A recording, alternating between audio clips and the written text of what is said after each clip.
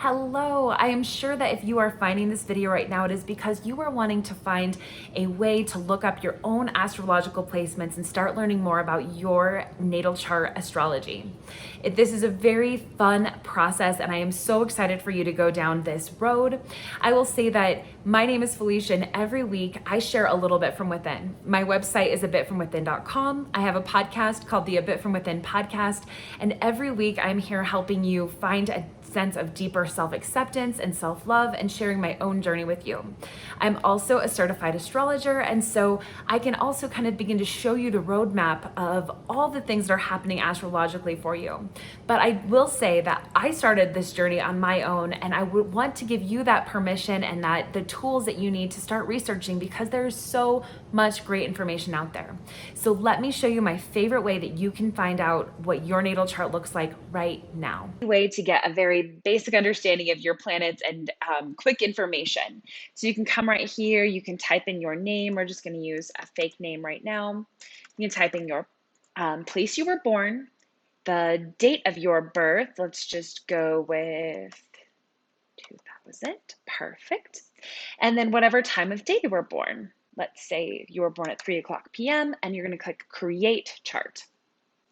So this is going to give you the exact picture of where every single planet and kind of astrological body was at in the sky when you were born, or whenever event or whatever you're looking up. So we've got December 5th, 2000. This shows all the things, and you might say, look at this and say, okay, well, what is all of this? How do I figure it out? That's why you should take it piece by piece. And instead of uncovering all of this and trying to make sense of it at first, you can scroll down and actually look right here. This little section of your planets and saying what sign they're in is going to be such a treasure trove of knowledge of things for you to dive into.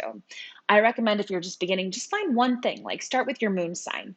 Moon is in 4 degrees of Aries. And then you can start to find, well, what does having a moon in Aries mean? And you can go from there.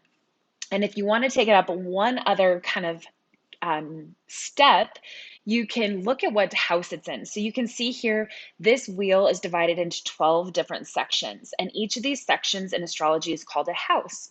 And the house kind of adds a different flavor along with whatever zodiac sign it's in.